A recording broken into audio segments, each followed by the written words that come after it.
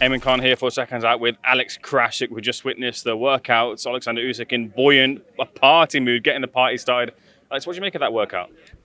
A great one. He performed like a big entertainer.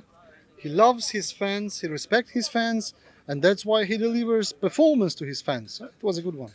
Now, you're obviously the promoter of this event. Let's talk through the card. A lot of good fights on the card. Talk me through the fights that fans can expect to see if they're watching on Saturday. Oh, come on. You have the list? Not Let's on go me. through it. But We have Hamza Shiraz fighting Dmitro Mitrofanov. We have Denis Berinchik fighting Egypt for WBO international title, and Hamza Shiraz Mitrofanov for WBC silver. We have Daniel Lapin fighting Schwartz for the IBO continental title. We have the co-main event, the pro debut of Adam Hamed, the son of Prince Nazim Hamed. We have plenty of fighters, the young guys who are approaching the, let's say, top level, maybe middle top level, also on the card. I regret that we won't be able to host all the card in the feed, in the TV feed, and I regret that we will not be able to host it with the spectators, all of the fights, because some of them will go start before the gates are open. So anyway, this is what makes this event different. I mean, the great undercard, absolutely great main event. So people, partners, everything is cool. you set the stall out yourself, Team Usyk himself too, to say we want this to be a filled-out stadium. We're setting the ticket prices cheap so that everyone can afford it and everyone can come join the party. Have you got the sellout that you were looking for? Not yet. We have sold more than 80% of the tickets, and we still have like 4 days to go. Now, for me, for my eye, maybe for your eye too, Oleksandr Usyk looks a bit bigger. Is that fair to say? Not for my eye, because I've been, let's say, watching him since 2013. And when he was a cruiserweight, he looked smaller in the ring, but he never looked smaller out of the ring when he was in normal shape. So he's in his absolutely regular weight he used to fight within last, I don't know, several years. What do you think of the threat of Daniel Dubois? He was looking to close down Don Charles in that workout, throw to the body as well, which people have highlighted as a key area to get a victory against Oleksandr Usyk. What, for your eyes, the threat Daniel Dubois poses on Saturday? I don't know. It's up to the trainer to decide. For me, the biggest threat from Dubois is that at some point he says he doesn't want to fight Usyk. That's for me the biggest threat, and the fight is cancelled. No, I'm kidding. I don't think he performed according to his fight plan. So if they showed that they want to use this body punches, shouldn't be the one they're gonna be using in the ring. He's strong, he's young, he's motivated, he has nothing to lose. He's a real heavyweight, regular champion of the world. What else can I add? I hope it won't help him, and I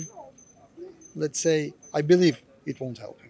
There is a bit of a shadow casting over this fight, not the shadow of the ring that's been put up here for the weigh-in, but the one of Tyson Fury, the WBC and lineal heavyweight champion, who we all want to see that fight between the two. What it means, lineal?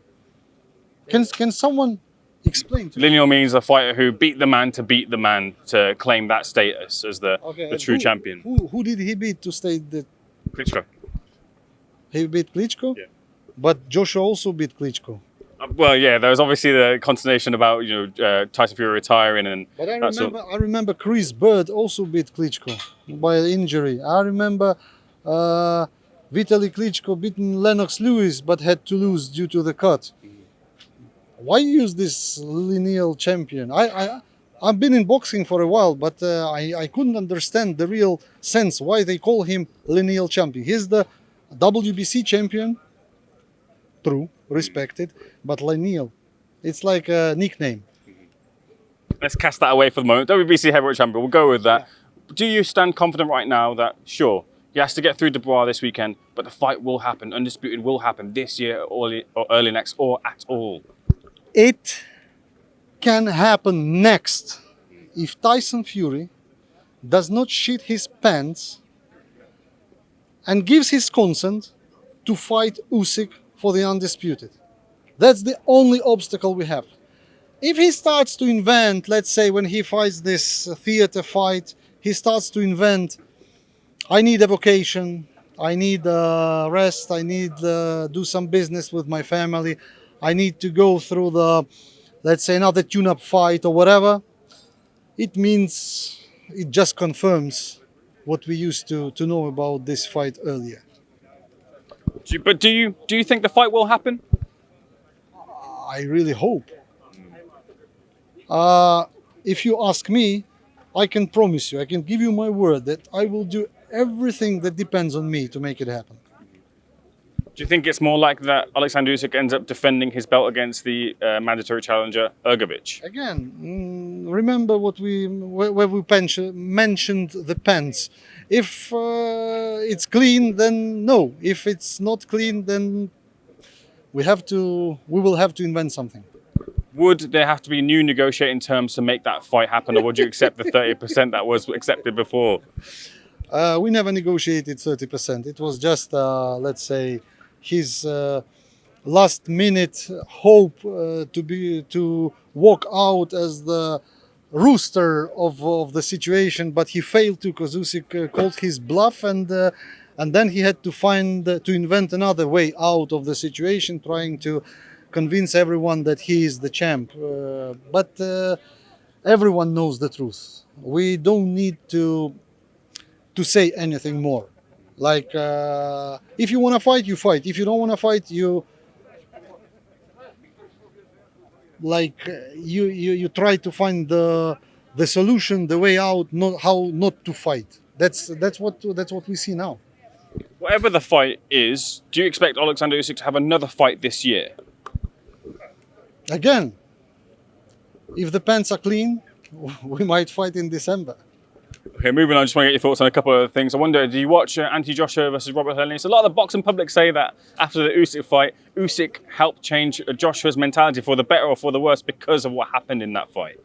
You know, I respect AJ so much, and I can't, let's say, a man who's been in boxing for a while, I can see that there was some rotation inside his mind when he lost to Usyk twice. Because he thought he would win in the second, and he was close to victory, but he lost the chance. Then he had a hard fight, the comeback fight in London, but no, he performed good. He knocked out the guy. I mean, I think he will be back, and I wouldn't write him off that early, because the fight with Wilder can be a really huge one, and for me, it's a 50-50 fight. I watched a little bit of the Usyk 17 video. I think it was the road to the Anthony Joshua fight. And it struck me, for someone who considered vacating the belt to leave to assist his country in the war however he could, and now to be defending his belts to honor his country and raise his spirits and keep Ukraine in the conscious of the world, what emotions will you feel? What emotions do you think Usyk will feel on the night too? Ask me after the night.